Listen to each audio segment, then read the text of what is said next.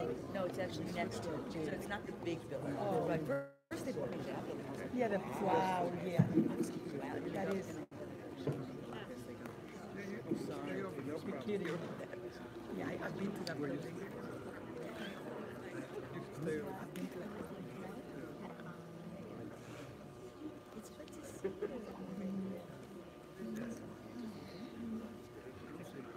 You used to have short hair. So always it's very right.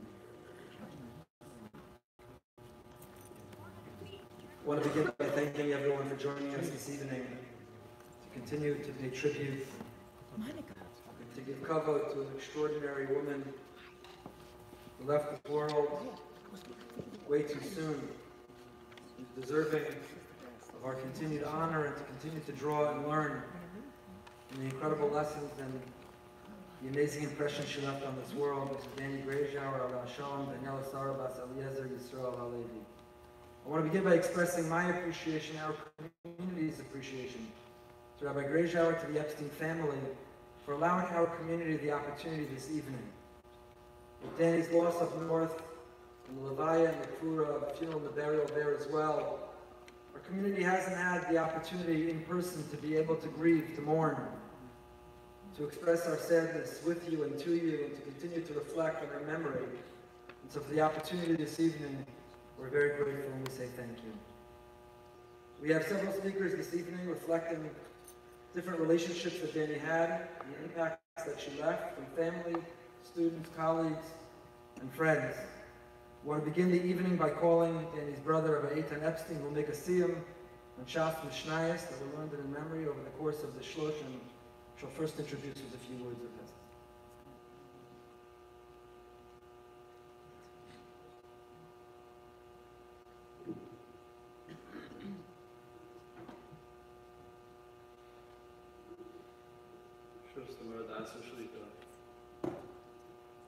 Before I make a siyum, I would like to share a story with you. Although I never had the opportunity to sit and hear a class lesson from Mrs. Grajower, this is a lesson that she taught me in the last days of her life, and I believe that it is an appropriate introduction to the siyum. By Erev Sukkot, Danny's condition had declined considerably, and throughout Yom Tov she was not able to speak. I was therefore incredulous when my father asked my brother-in-law to go into Danny's room to make Havdalah for her at the conclusion of Yom Tov. I guess it can't hurt was my only thought. Now, in order to properly appreciate the next part of the story, I would like to take you back to Simchas Torah in Volozhin, circa 1797, as the story was told to me. Although in years past Simchas Torah had been the highlight of the year, the singing and dancing were soulful and incredibly inspiring. That year, the Hakafos were lethargic and downcast, to say the least. No one seemed to be interested in dancing. The reason no one could dance was that just a few days earlier, on Haloed Sukkos, their master and teacher, Rav Eliyahu Mivilna, had returned his soul to his Maker. In an effort to inspire the crowd, Chaim Volozhiner stood up to address those assembled and told them the following. Do you know what the Rebbe is doing in Shemayim, he asked?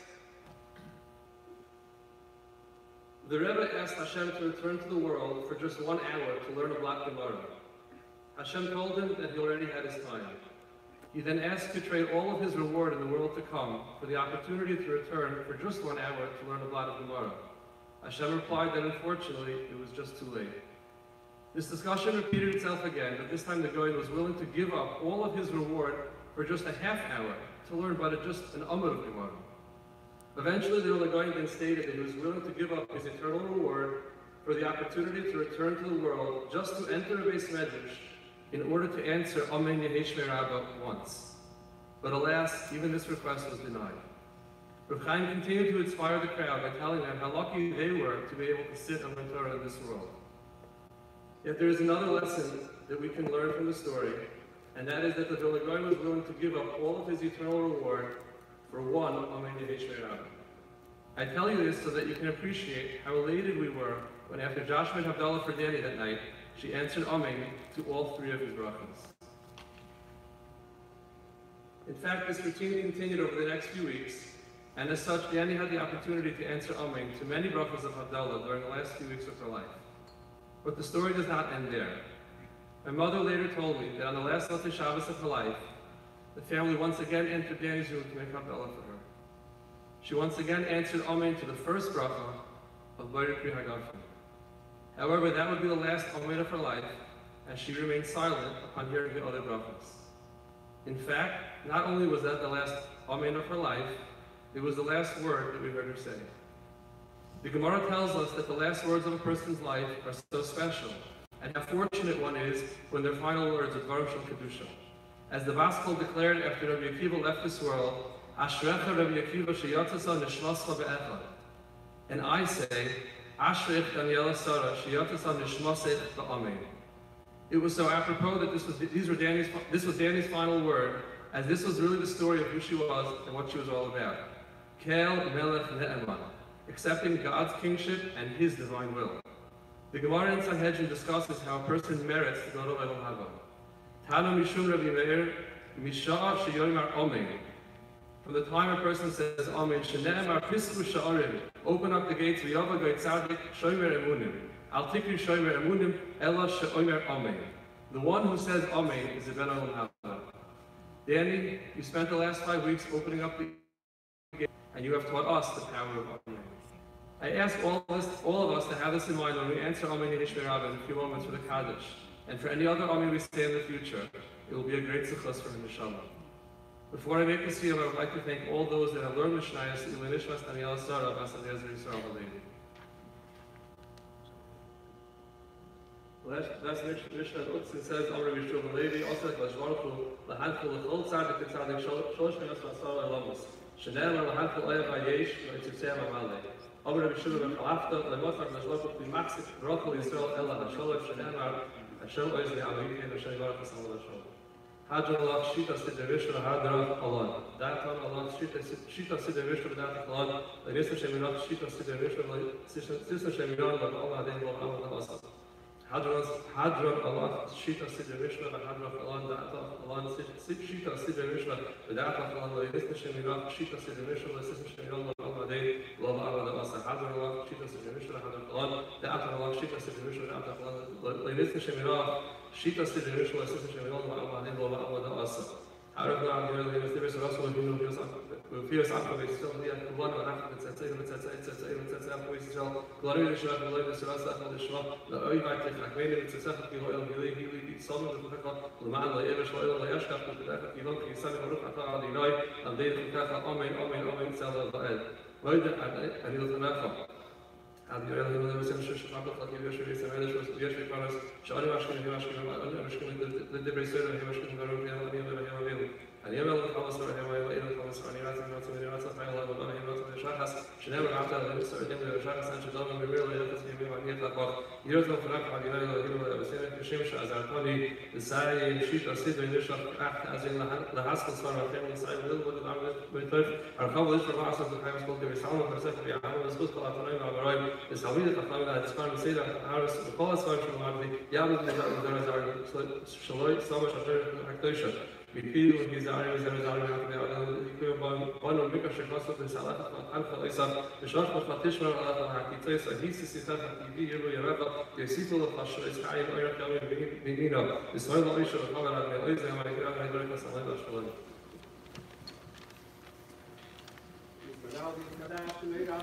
Amen.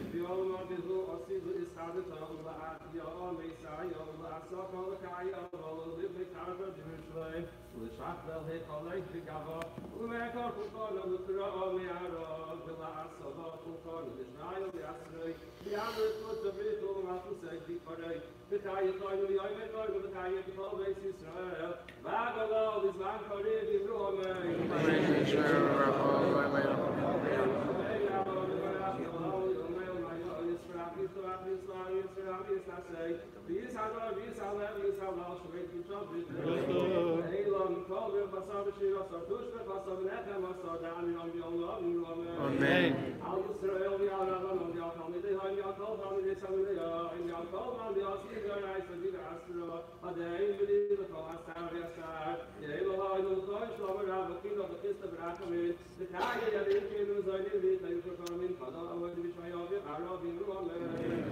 You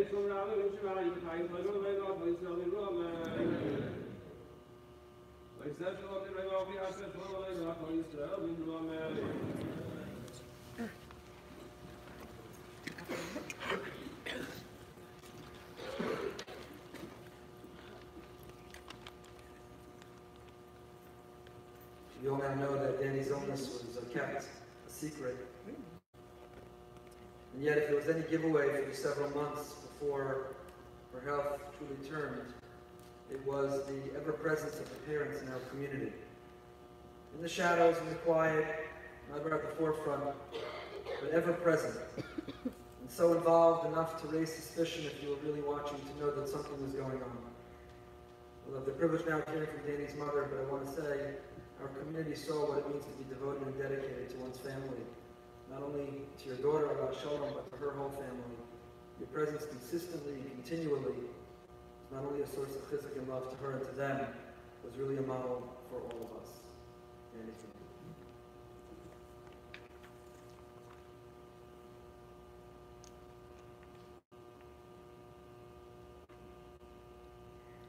Yes, tonight is about Dannie, her life, her friends, her family, her students, and her community.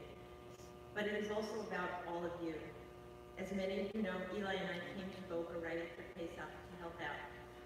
We came to be an extra pair of hands and do what we could to preserve some sense of normalcy for her and her family. We did the best we could, but we couldn't have done it without you. We've always been struck by the strong and supportive community here in Boca. Perhaps it comes from the fact that many of you are transient and your community has become your family. Perhaps it comes from the values and customs instilled and inspired by your rabbi, Rabbi Goldberg, and your congregation. Or perhaps you have been recipients of kindness and chesed at some point in your lives, and this has motivated you to pay it forward. Whatever it was that moved you, please know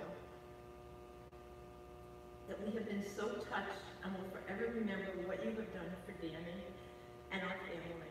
From offers to cook, to drive, to visit, to laugh with her, to babysit, to run errands, the endless outpouring of friendship and love has been immeasurable. Thank you, you are amazing. There was no limit to Dannie's enthusiasm for the task at hand. Whatever she did to the nth degree. Her devotion to her kids and to Josh, her dedication to her friends, her commitment to her students, her passion for entertaining Shabbos guests, and her immutable emunah in Hashem and His decision. Although many facing her fate might have questioned their faith, Dannie instead found strength through her unrelenting commitment to Hashem, to continue to guide him and sincerely believe that He would help her and look after her family.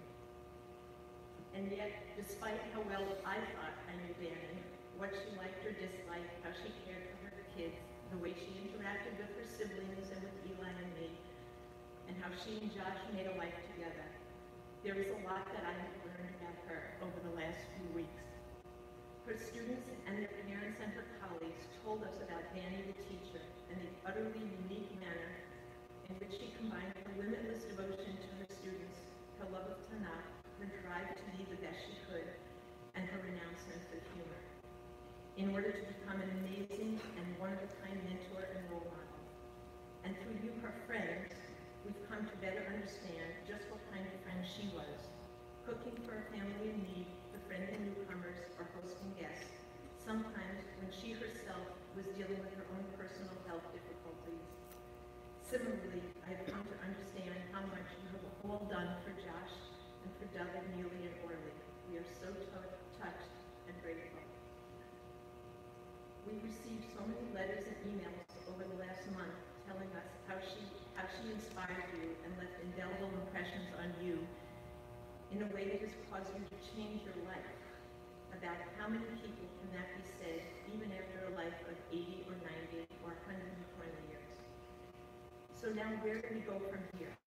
What lessons can we learn from Dannie as we move forward? I can think of no greater tribute to her and to what she strived to do in her much too brief life than if we try to remember what she did and how she approached her life. For her colleagues, listen to the stories that you've heard about Dannie and her students. and look for a takeaway.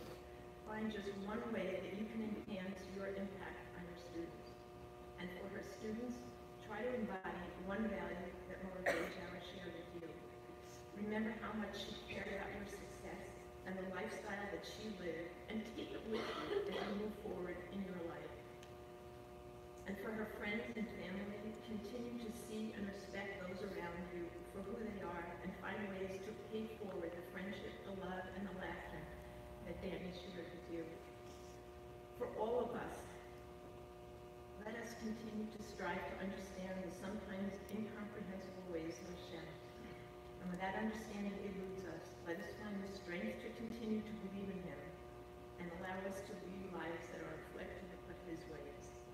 And for David and for Neely and for Orly, it will be our job, a challenge for all of us, to help you three remember Mama and the kind of person she was. We must commit ourselves to helping you to build those enduring and sweet memories so that you can take the best that she was and make it a part of your own lives as you grow and become the amazing individuals that Mama knew you would be. How ironic that Dannie was such a private person, not one to share her thoughts, accomplishments, and emotions easily. Yet here we are tonight, all sharing in the knowledge of the amazing and impactful person that she was. How fortunate each and every one of us is to have known her and been touched by her in some indelible way. May the inspiration that we glean tonight from the life that she lived and the person who she was be as a boost for her neshama and a beacon of light to guide our paths to all.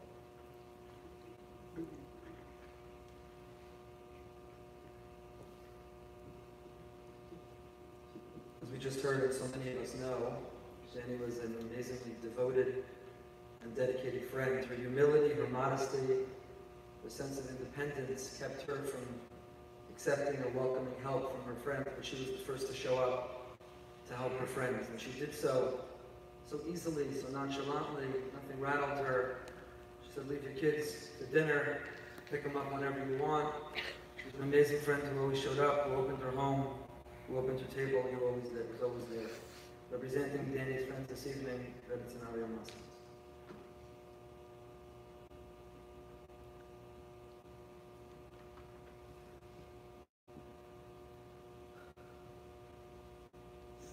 In 2011, exactly a year after we moved to Boca, we heard about a new young Finna couple that was moving right near us in Lago, that had a son the same age as my oldest daughter. We were excited to meet our new prospective friends, the Grajowers. After finally coordinating our schedules, we had them over for Shabbos lunch. I remember the scene vividly.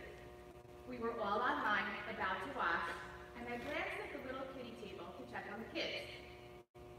Out of nowhere, my ever so rambunctious 2-year-old daughter leaned over to this adorable, innocent, cute little boy with curly hair, and with all her might, gave him a whack across his face.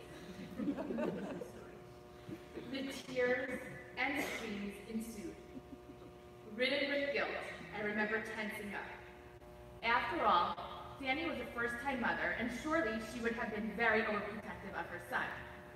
I was about to offer my obligatory, now say you're sorry now, but before I could do that, Dannie turned to my daughter and said, good job, Shayna. David needed a good lesson in toughening up. We both laughed, and I immediately relaxed. I couldn't believe her reaction, and I remember standing in my kitchen and thinking, oh, I am definitely going to be friends with this girl. And that's exactly what we became, really good friends. I quickly learned to appreciate her self-deprecating sense of humor, her sharp wit, and her down-to-earth personality. We spent the next 7 years sharing, discussing, debating, and laughing about so many aspects of raising our children together. I loved sitting near her at the Hanukkah and Siddur plays, knowing I would have someone to laugh with when one of our kids would inevitably lift their shirt or twirl around in the middle of the production. I knew I could always trust her wise advice and opinions, and she always made sure to give me a good laugh somewhere in the middle of every conversation. Over the years, we shared countless Shabbos and Yom Tov meals with the Grajowers, and we always looked forward to our annual pre-Pesach Get Rid of Your Chametz Shabbos Hagadol lunch at the Grajowers.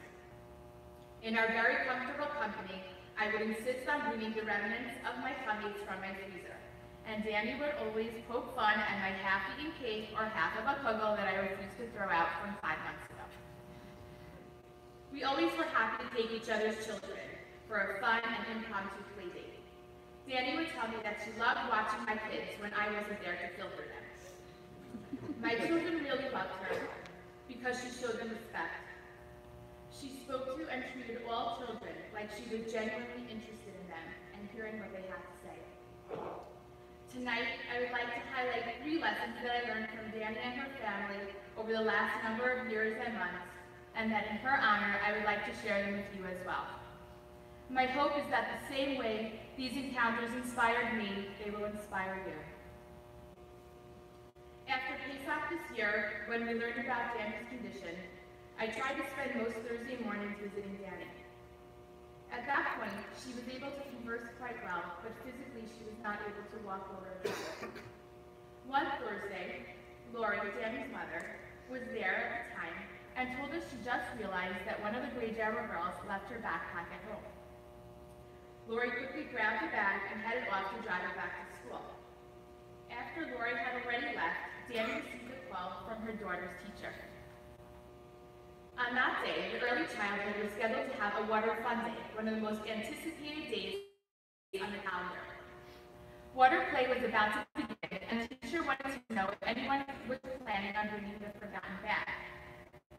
After telling the teacher that her mom was on her way, Danny hung up the phone, only to look down and notice that the bag with the baby suit and water clothes never made it into the forgotten bag. Of her, it would appear that she was expressing a complaint towards the situation she was in.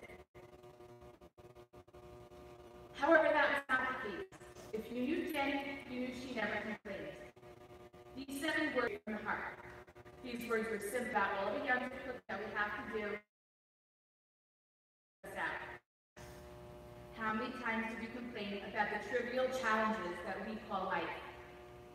Danny was teaching me a lesson that I am trying to work on, and I hope that in Danny's memory and us, you will too. Our days are often filled with ups and downs, challenges, and tests. But if our physical or mental health was suddenly robbed from us, and we were unable to run through our daily routines, all we would want is just to have our old lives back.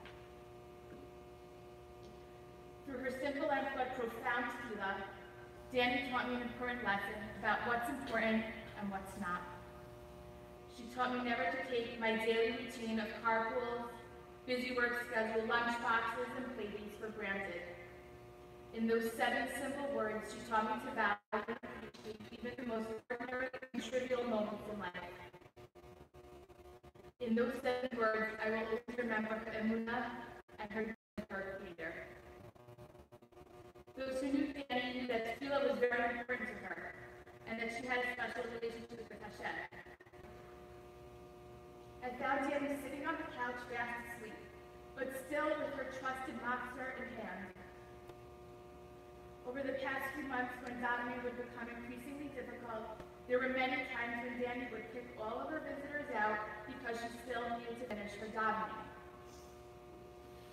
And lastly, I've learned about what it means to shower the people you love most with selfless care and devotion. Watching Danny's family over the past few months has been nothing short of inspiring. I am not referring to the physical care that they had to provide for her. Anyone would probably do that for someone they loved. Rather, what I am referring to is the manner in which each and every one of them provided care. The Herculean efforts showed Danny depth and dignity at times when her health was deteriorating, all while keeping a sincere smile on their faces, was truly extraordinary. Many mornings, a few of her friends would go over to the house during breakfast time. This coffee clutch that formed lovingly became known as Danny's Cafe. The cafe was filled with hours of laughter, many recipe swaps, and some good online shopping. Josh would insist on making Danny breakfast every morning. One could argue that that would be expected.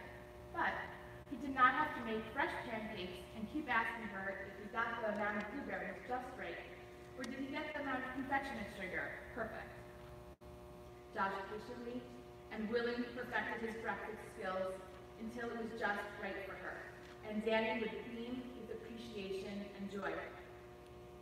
On several Shabbases, we would sit there mesmerized at the way her parents, Eli and Lori, happily thanked Dannie for providing a delicious Shabbos lunch, despite the fact that all of us sitting there knew full well that most of the meal had been prepared by them.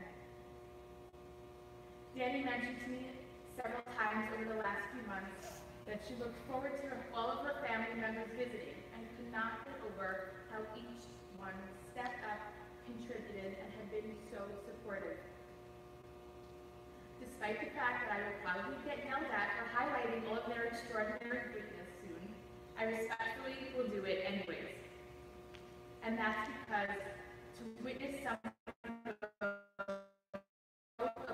unexpected in order to give another person the kavod and the dignity that she so deserves, while maintaining a house of positivity and laughter, was absolutely incredible to watch.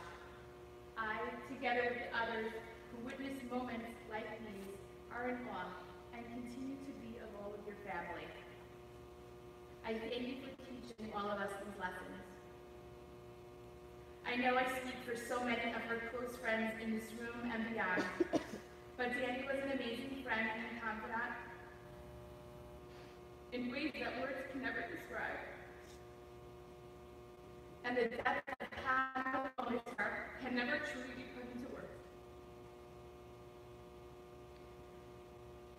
She was my parenting partner in crime, my inspiration when I needed a spiritual, emotional boost, my therapist when I needed to vent. Together, with all of her close and loyal friends, we will forever cherish those memories with her. And daven that we lessons are so precious to us.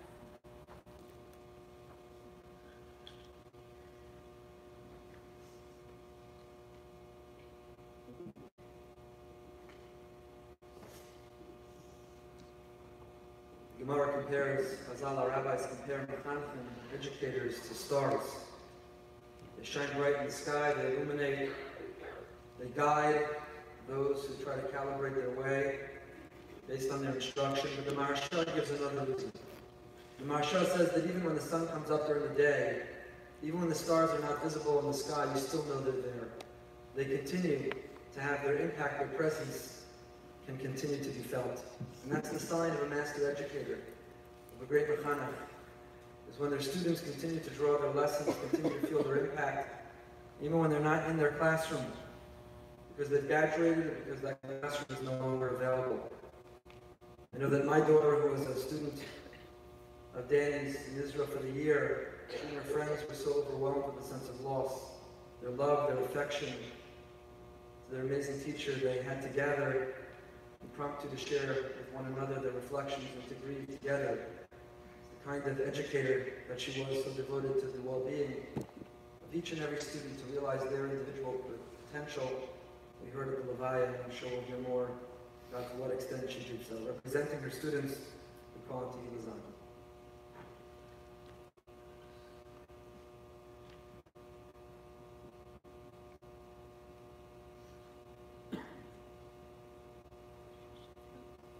For 2 years, I had the undeniable privilege of being Mrs. Grajower's student at Castle Day School. It's not possible to do justice to who Mrs. Grajower was. It is one of the few tasks that I will ever label as impossible. Her sense of humor was incredible, her kindness was unbelievable, and her modesty was unparalleled. I thought I was one of the few that Mrs. Grajower touched personally, but I was so wrong. As I walked through the hall on the day of the horrible news, I saw that so many of Mrs. Grajower's past students were emotional and clearly struggling. She touched kids that I would never have thought of. She was a remarkable woman, and every student who has had her in the past knows that. But the thing that I admire most about Mrs. Grajower was her genuineness. The jokes she shared with her students, the comments she left on our tests, the countless times that she called us into her room to speak. Every single thing that she did was genuine. She never faked it. I think that's why I meant so much when she laughed at our jokes, because we really knew that she found them funny. She was also one of the most creative teachers that I had. She planned our school's color word, and every year taught the next. One year, she had our shirts made with barcodes so that students could use their phones to scan the barcodes and immediately see the color photo in the videos. She repped every game, planned every activity, and made the funniest side comments during the games. One thing that any of her students can attest to is that she had inside jokes with every kid that she had a conversation with. One time during the color word basketball game, Mrs. Grajower walked over to the point guard, said 2 words to him, and they both cracked up. So much so that the boy needed a second to get his head back into the game. This happened day in and day out, in color work, in the lunchroom, and even in the classroom. She always found a way to make every situation hilarious. Modesty was another obvious quality of Mrs. Grajower. The only thing that she wasn't modest about was her humor. She knew she was the funniest person in the room. I noticed it when she told me. To give you a clue as to how modest she was, I didn't even know that she was the director of color work until Rabbi Englander called her name before announcing the winning teams. Even then, Mrs. Grajower would look at us with a facial expression that said, "Oh, it was nothing." And she gestured her hand, telling us to lower our voices and stop cheering her name, as she crouched in the farthest seat in the back of the room. She always claimed to be lazy, but she was the most hardworking person I knew.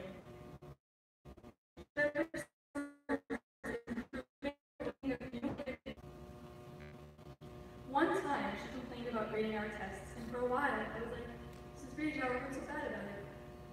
Later that year, I went back to the building to get something from my locker, and I saw her doing She spent 40 minutes on every student's test, carefully reading each answer and writing individual responses to each question. I sat there for the rest of the period in awe of how carefully she read her students' responses to the question, astonished by the time she gave each test. In one of her books, Rabbi Simeon writes, "The goodness cannot be measured by the length of our years, but by how we live those years. The goodness is not what we amass, but what we give. It's not about having more, it's about being more. For in the end, our lives are judged by the fortress. Our lives are not judged by the fortress of the business, or the houses, or the portfolios that we've built, but by the lives we've touched and made better." Mrs. Grajower touched and enhanced so many lives.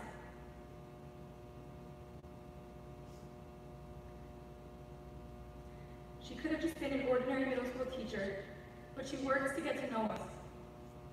She pushed until she figured us out, and she showed us that she cared. By doing so, and I think I speak on behalf of all KHDS alumni, she changed our lives. We will remember her as a teacher that cared, the teacher that made fun of us and somehow made us feel good about ourselves by doing so. The teacher that planned every activity. The teacher whose door was always open.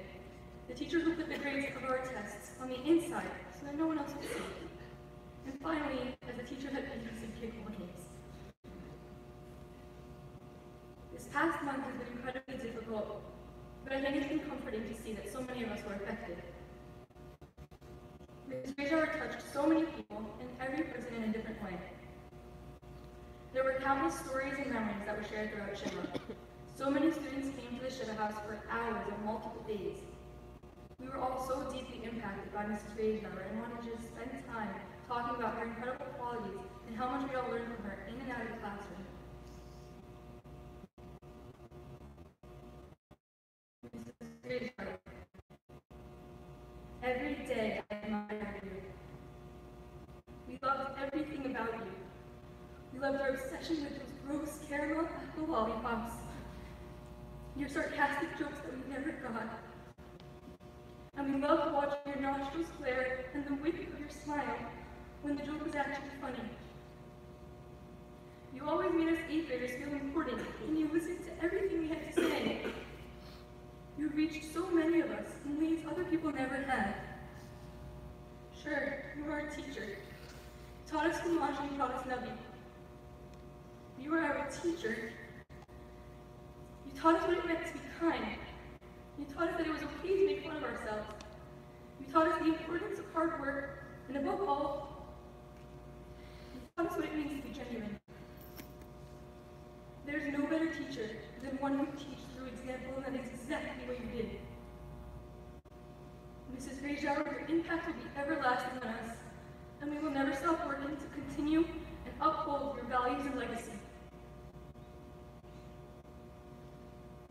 Even though you have passed on to the world of eternal life, you continue to live amongst us. Thank you for everything that you have taught us. We love you. We really miss you.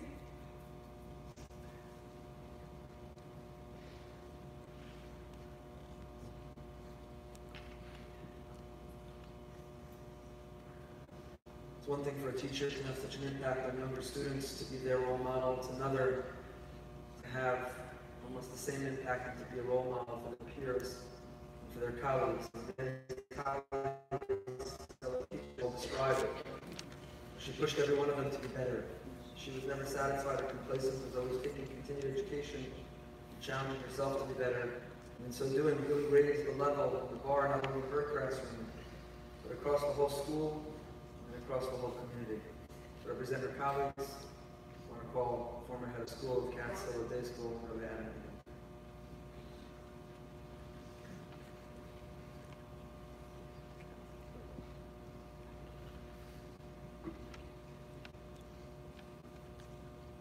All of us in this room knew and loved Mrs. Dannie Grajower. We all learned a lot from her.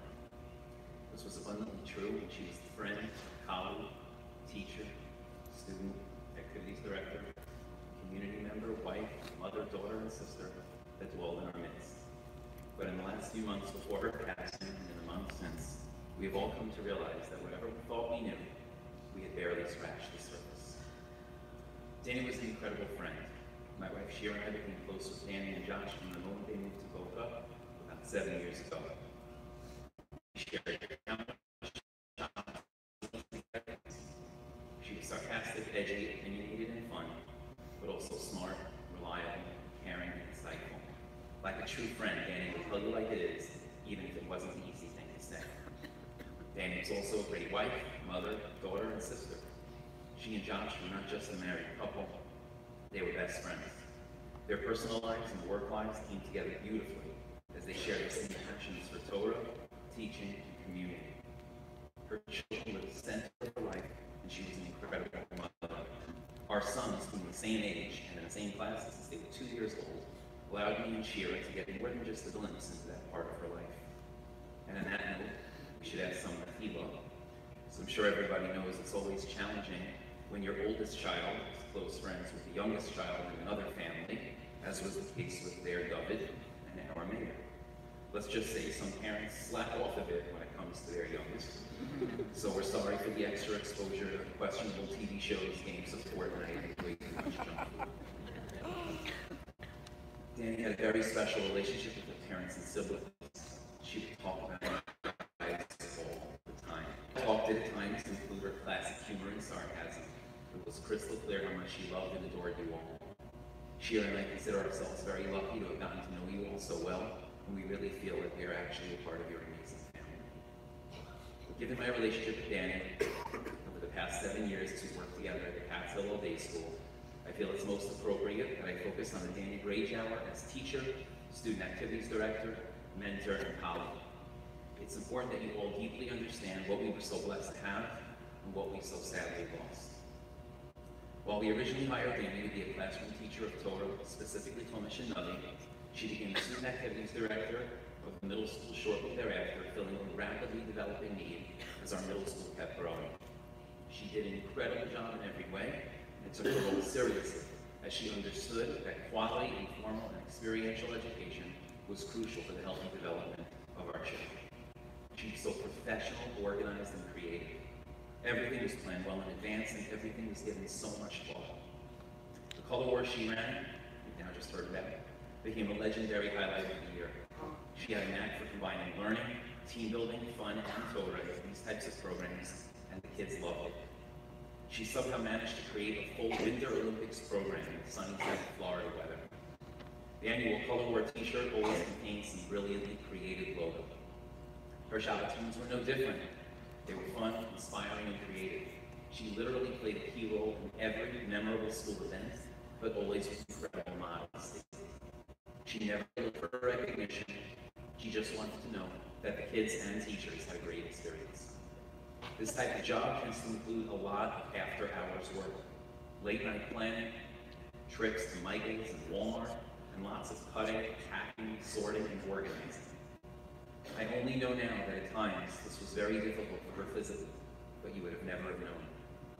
Dannie took particular pride in ensuring we had programs on the important days that some Jewish schools sadly neglect. Honestly, I never dreamed of doing a Veterans Day program. 9/11, Martin Luther King Day, Memorial Day. Dannie understood that commemorating these days were essential for a modern Orthodox Jewish day school and for being a good citizen of this great country. Dannie was an amazing friend and colleague to the devoted teachers and staff at KHDS. And while I know they loved her and she loved them, I have a feeling that most don't even know the extent to which she cared and went above and beyond for them. It was so important to her that everyone felt a part of the programs she ran. She didn't want anybody to feel left out, even if it meant extra work for her. She was so careful and worried about intruding on teachers' personal time, and was extremely concerned that the teachers also enjoyed and gained from the student program. This was a topic that came up constantly in our weekly meetings. Dannie was also adamant that the teachers feel appreciated by her and the school after they put in all that work following a big event, a Shabbaton or a retreat. She wrote beautiful, specific thank you notes to all of them. And she kept pushing me to keep enhancing the tokens of appreciation given to the teachers by the school. She so enjoyed just hanging out with her colleagues, really her friends. And the lunchtime and out-of-school gatherings were so important to her, even though as the principal I was never invited to any.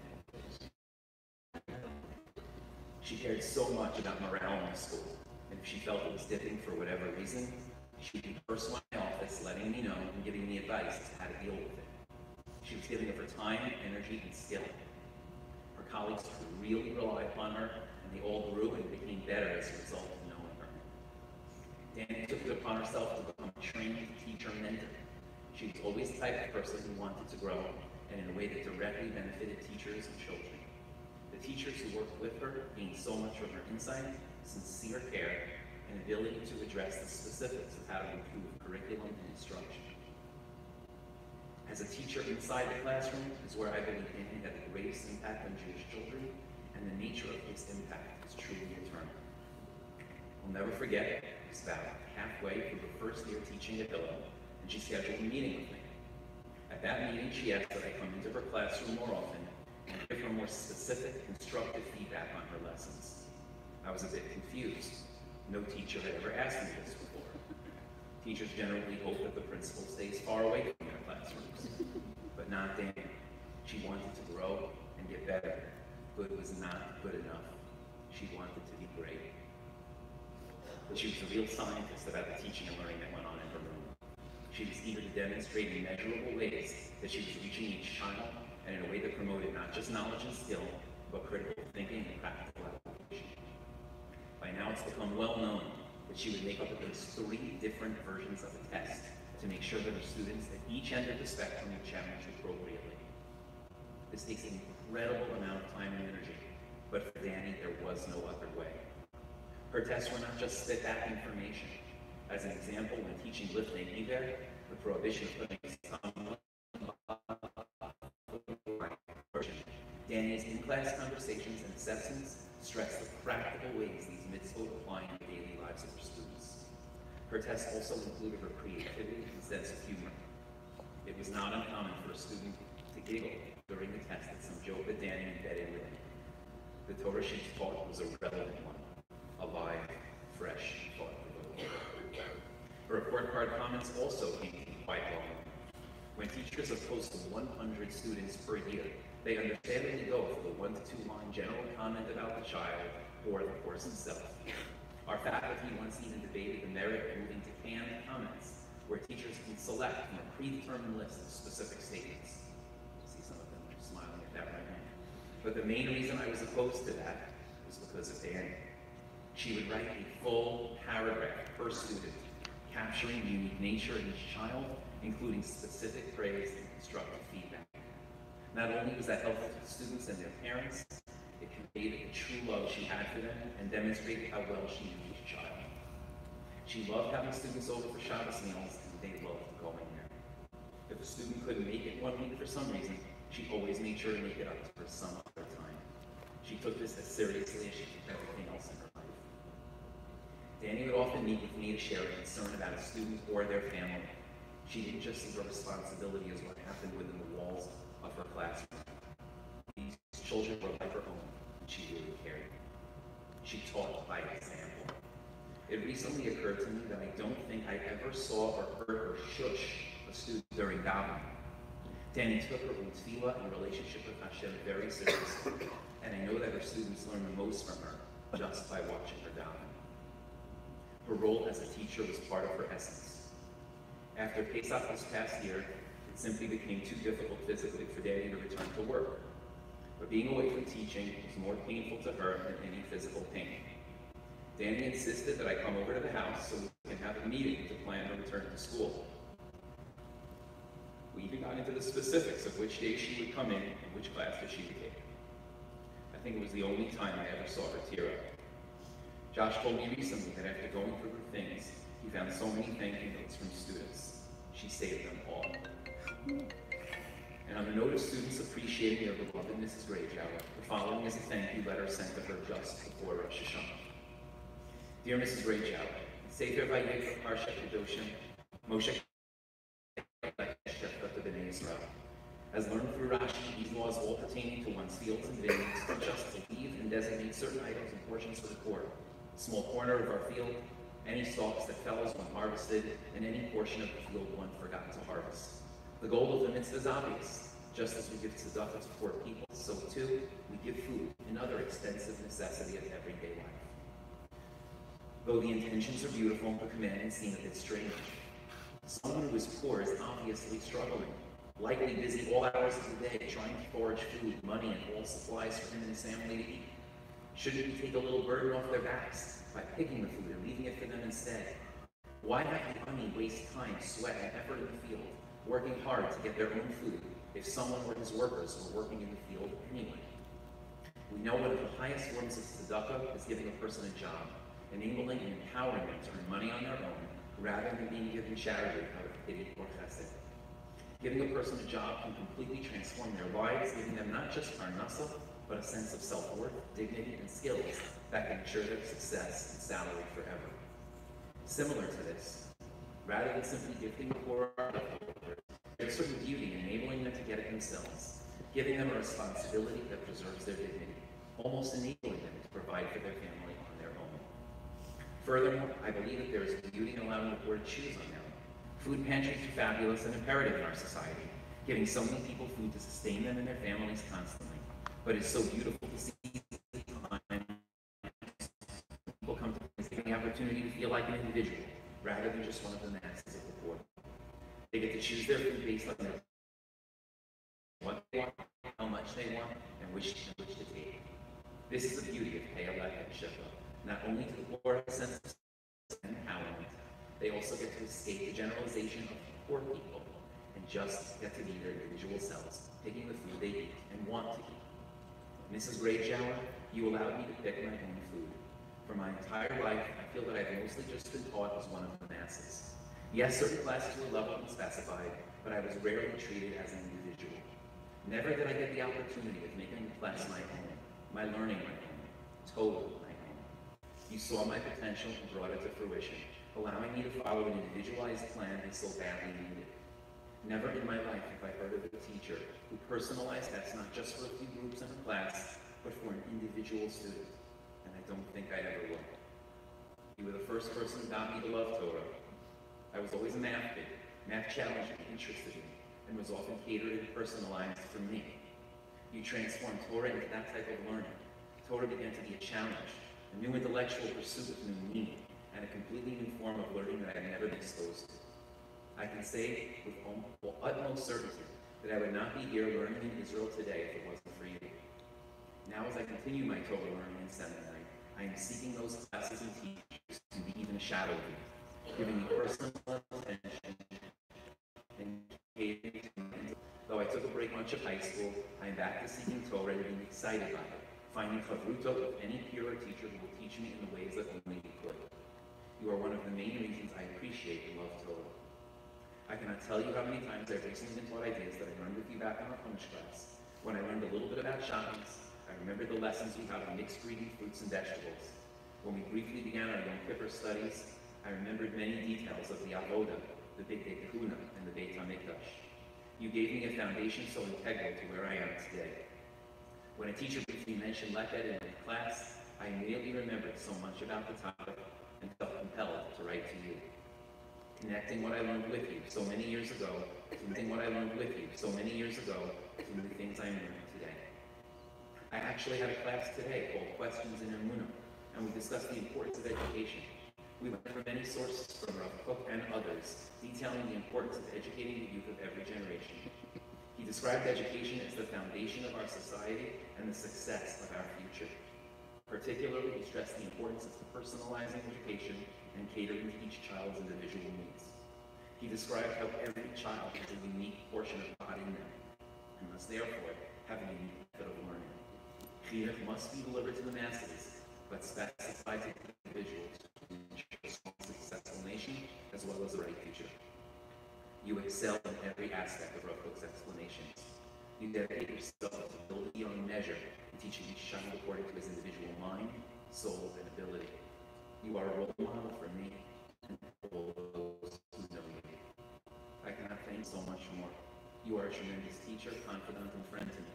I love spending time with you and cracking up with your jokes. You are one of my favorite people to go to for Shabbos. But I always sit with the adults for the whole meal. You are one of the few my parents' friends who I actually have fun with, as if you were my friend. You always relate to me in a way that makes me feel happy and included. I miss you a lot and wish you a Shana Tova. Thank you for everything. Love, Gabby, and Amber. May the memory and teachings of Mrs. Dannie Grajower and the Elif Sofer Bas Eliezer Yisrael be an everlasting source of guidance and inspiration for us all.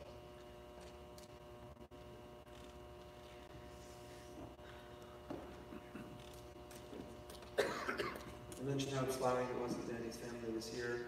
Only her parents are regularly, but family on a rotated basis showing such support. I want to call on Danny's sister-in-law, Josh's sister, to know.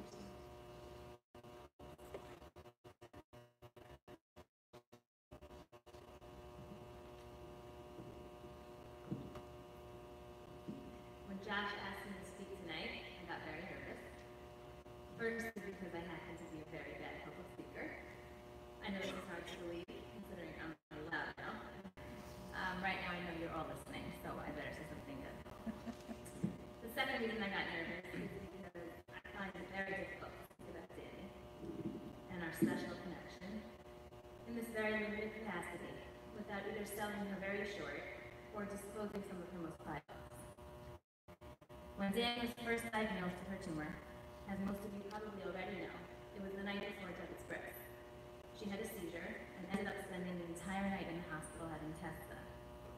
On zero sleep, and only a week postpartum, with the new knowledge she now had a brain tumor, she showed up to the very first child's birth on time, dressed, in her sheitel, with a little eyeliner and mascara, her trademark makeup routine, totally composed and just as poised as always. I, on the other hand, 3 months earlier, without any good reason, showed up to my son's birth an hour late, completely frazzled. My 3-year-old daughter came in her footsie pajamas because she refused to get dressed. And by the way, that was with Hosanna. And no one knows this better than Dave, because she graciously offered to come to my apartment at 6 o'clock in the morning, from Washington Heights to Queens, to help me, because I had told her that I was very overwhelmed and anxious about getting ready for me. When I was preparing this speech, I was going through years of memories and trying to pinpoint 1 or 2 things to share. I kept coming back to one main idea about Dannie, something about her that has truly changed me and the way I live my life. Dannie had been navigating the ultimate uncertainty. Sooner or later, we all have to fear, especially in the face of the unknown. What was amazing to me about Dannie was her ability to stay present in her life, in the humdrum of the everyday. Josh, her kids, her work, her Shabbos plans, her decorating projects, her favorite TV shows, her friends and their problems, little details going on in my life. She just stayed present. She didn't run, she didn't flail around in tantrum. She just kept on moving, kept on living her life with all her values intact, never missing a beat. For the more anxious among us, this takes a lot of work. We look for certainty and reassurance. We look for answers to the unknown and avoid fear at all costs. Dannie has modeled for me and truly taught me by example what it means to live in this very moment, to stay still, to live life in the present, because today is the only job we really have. I want to share a small part of the letter Dannie wrote me after she had finished her radiation treatments. Just to give you some context, at the time, I was concerned she wasn't talking enough about what she was going through. And obviously, I confronted her about that. And she wrote me a very heartfelt email, explaining herself and her thought process. I'm sharing this because I hope it will give you a little bit more insight into the amazing person Dannie was, and how much internal strength she possessed. Dear Smart, I want to go back to how this all started. I made the decision to not share my medical issues with two main reasons in mind. One, I did not want to be pitied. And secondly, which is more relevant to this conversation, I didn't want it to define my life or define me to other people. There is so much more to my life than this. Work stress, friend issues, family life, kids, Josh, parents, siblings, in-laws, and of course, the innumerable number of blessings in my life that I thank Hashem for daily, that I am reminded when I see other patients that do, can disappear in the blink of an eye. These past 2 years have been intense years, and while I consciously didn't share some of the details, I don't regret not keeping others posted along the way. I don't regret that the only people who knew where I was for 33 straight days at 3:45 p.m. were nurses, technicians, a doctor, and a couple named Bob and Peggy.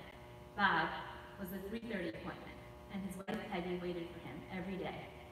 And while I shied away at first and tried to avoid speaking to her, that became the nearest and deepest relationship in my life at the time.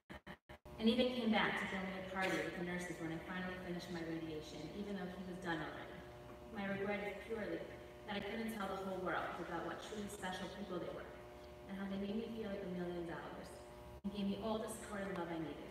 And I don't think I've ever been so overwhelmed with emotion as I was when I walked out and they had a cake, balloons, and bubble makers waiting for me. I know it's not conventional or typical, but I got the support and love from them, the doctor who bends over backwards to accommodate my schedule and protect my anonymity. The fact that the nurses and technicians learned and remembered what kind of music I liked and would play it when I went in meant the world to me.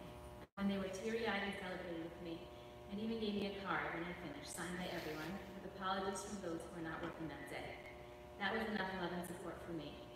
And without the burden of repeating the ugly, hellish side of cancer again and again, I am fully aware that it likely seems weird, how I delegated my support to strangers who I hope and pray to never see again.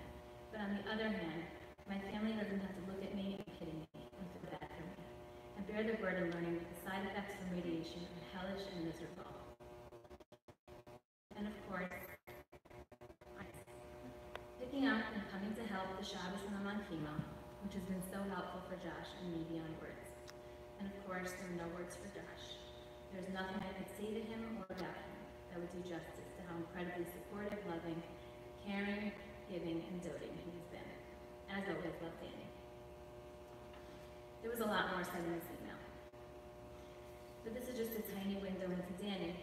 She carried this heavy burden mostly alone for many years, in the most humble and selfless way, in order to maintain a normal life, and also not to cause any added stress or pain to Josh or her parents or anyone else for that matter. On that note, I want to say one thing about Josh, without his permission, of course. When people ask how Josh is doing, like this, my brother is a rock star, he really is. And then I respond with, listen, he's not like regular husbands. You know what I mean? Like my husband, for example. He can write a 75-page legal brief with exquisite detail, but he cannot deduce that the ketchup might be hiding behind the milk in the fridge. Needless to say, Josh always knows the truth. On one of my recent trips down to Florida, when Dannie was already very sick, I got up early to try to help Josh get his kids off to school. Rather than making myself useful because I was totally useless, I ended up just sitting in awe, watching him. He was around the kitchen, packing lunches and making fresh breakfast, homemade waffles, all with just ease, cool, calm, and collected. When suddenly, in the midst of putting a snack in a lunchbox, I saw him pause, stop what he was doing, and water an orchid that was sitting in the middle of the kitchen island. That blew my mind. I immediately called my sister Shira in Israel to tell her about this little tidbit about our little brother. And she responded, "Oh my God, can we please just throw out the orchid?" Seriously though, Josh, you are amazing. And David, Lily, and Orly are beyond lucky to have you as their father. And they are very lucky to have grandparents, aunts, uncles, cousins, and friends who are really like family, that love and support you all. Josh, I think I speak for everyone when I say that I've drawn so much strength and inspiration just watching and learning from you over these past 8.5 years, and especially over these past 12 months. I think it's truly an honor. I just hope I did her justice. I miss her so much. Her absence is felt so deeply.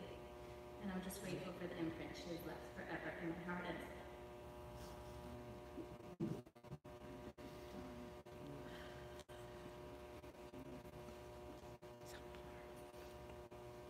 Our last speaker this evening is Rabbi Grajower.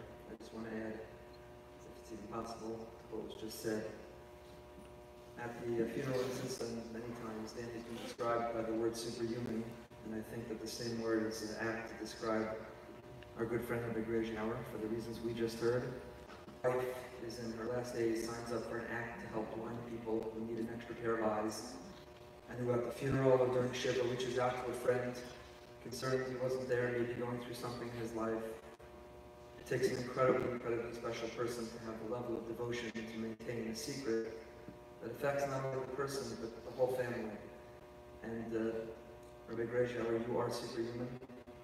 We all know it, we admire it, we've learned from it, all at the same time being an accomplished Talmid Chacham and a master educator in your own right, not only to your students in school, but to the men who flock to your home to learn Gemara, which I'm jealous of the crowd they attract, and they talk about the level of the shir that you give. We are in awe of you, and we're here for you. We continue to learn from you.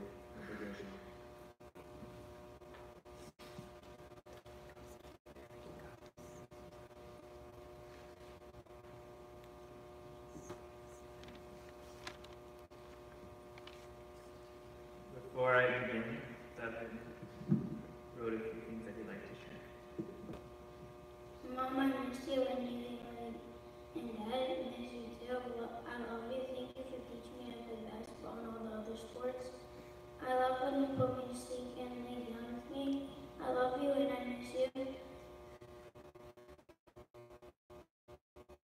Mom, the best teacher in 7th and 8th grade. Torah and other stuff, please watch over us and family, friends, you're the best.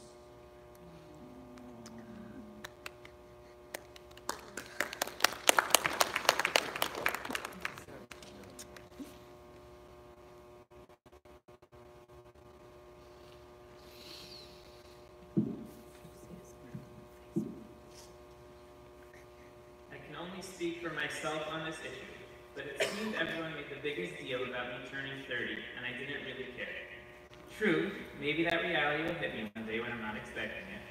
But I think it's because I look at my life today, and I'm just overwhelmed by how lucky we are. We have 3 Bezos Hashem beautiful kids, who despite being challenging at times are absolutely terrific. We have great careers and great friends and family.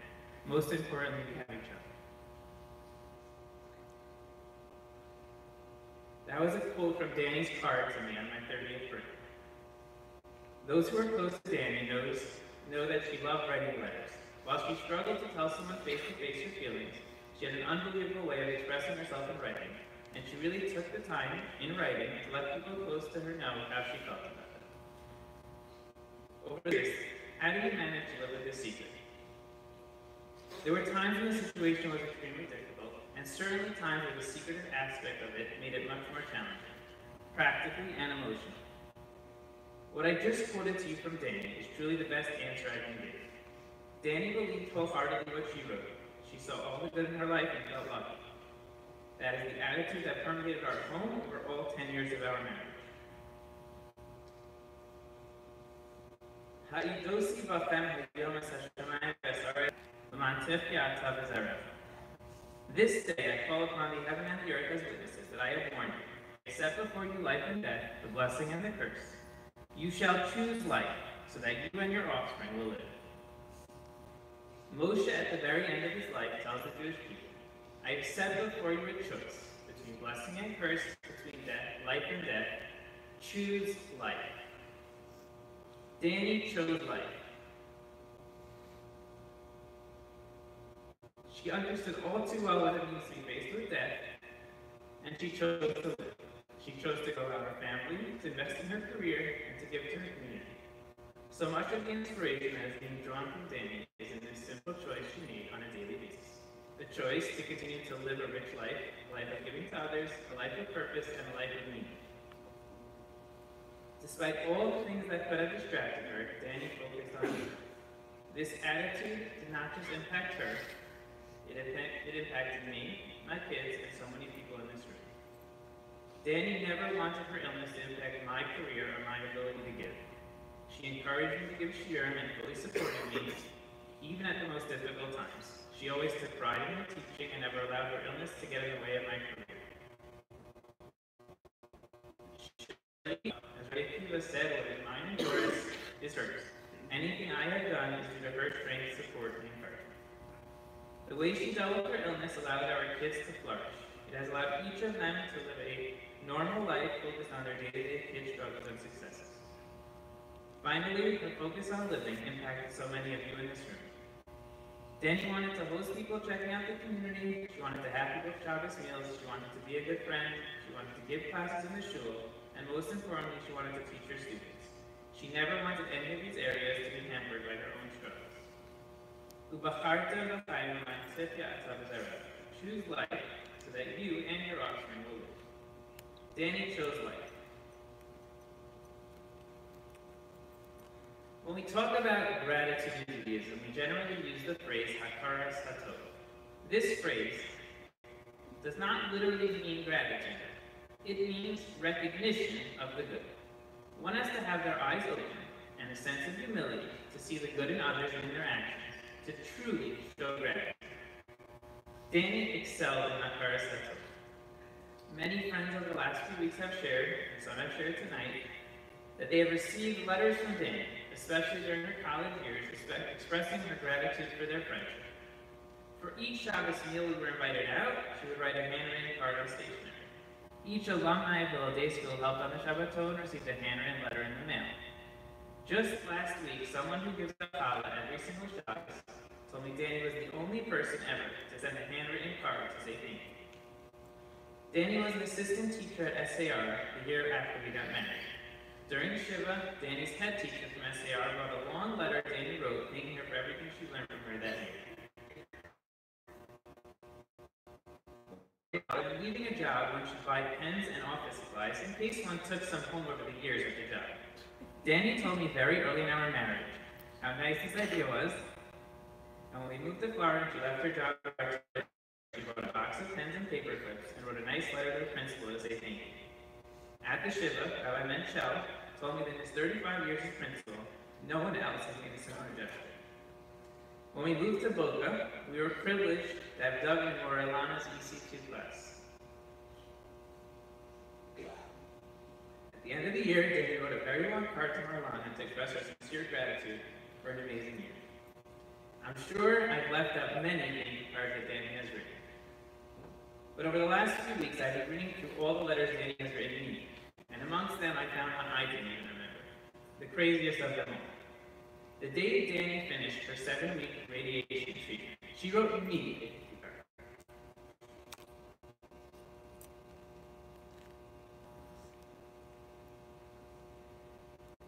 All these examples point to not just simply saying thank you, rather they paint the picture of someone who really recognizes the good in others.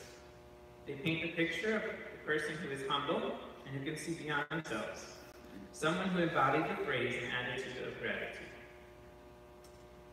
In that vein, I would like to take a few minutes to express gratitude to a few groups of people who gave Danny and me strength throughout our difficult journey.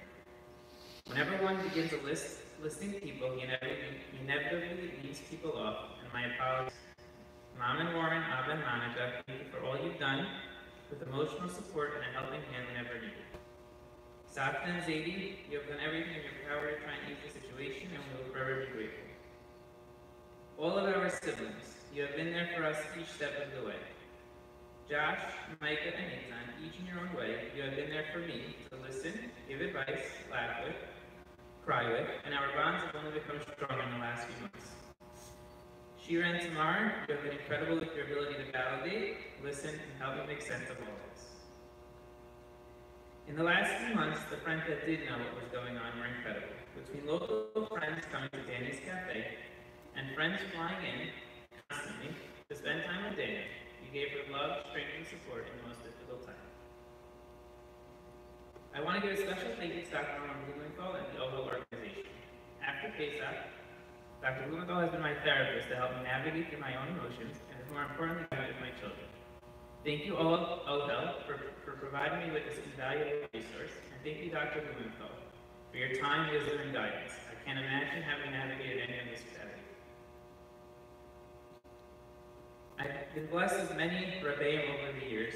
I would like to give a special thank you to Rabbi Moshe Benovitz, who not only flew in from Israel for the Shiva, but was able to make it here tonight as well. Thank you. Rabbi Goldman and Ryan Moskowitz, you have been incredible and there for me every step of the way and continue to be by my side, helping any way that you can. Rabbi and Moskowitz, thank you. Finally, the Boca community. As my mother-in-law mentioned, the festive in this community knows no bounds.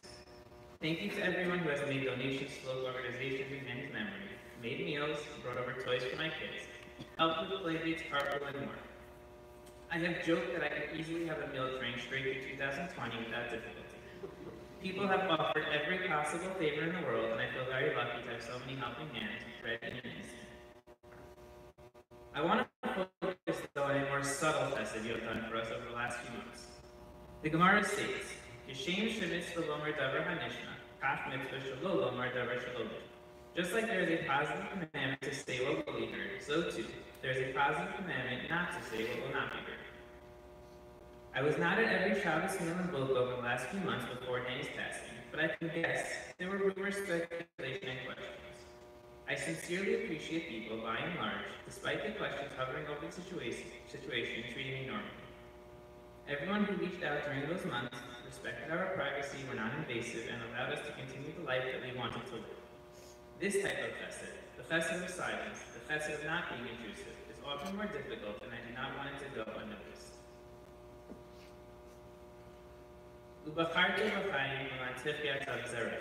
Choose life so that you and your offspring will live. The greatest lesson you can all learn from Danny is to choose life. I am certain every person in this room has challenges. There are people in this room also grieving loss, dealing with personal illness or family illness, dealing with financial issues, family conflict, depression, and other challenges. Each of us faces great challenges over the course of a lifetime. And the greatest challenge of all is to not let those challenges distract us from our purpose in life. We each have a mission, we each have something to accomplish and an imprint to leave on this world.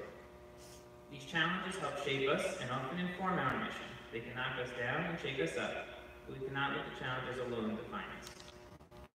The greatest lesson from her experience, we learn from her humility, her strength of character, her care for others, and we choose life. Choose life so that you and your offspring will live. Thank you for coming.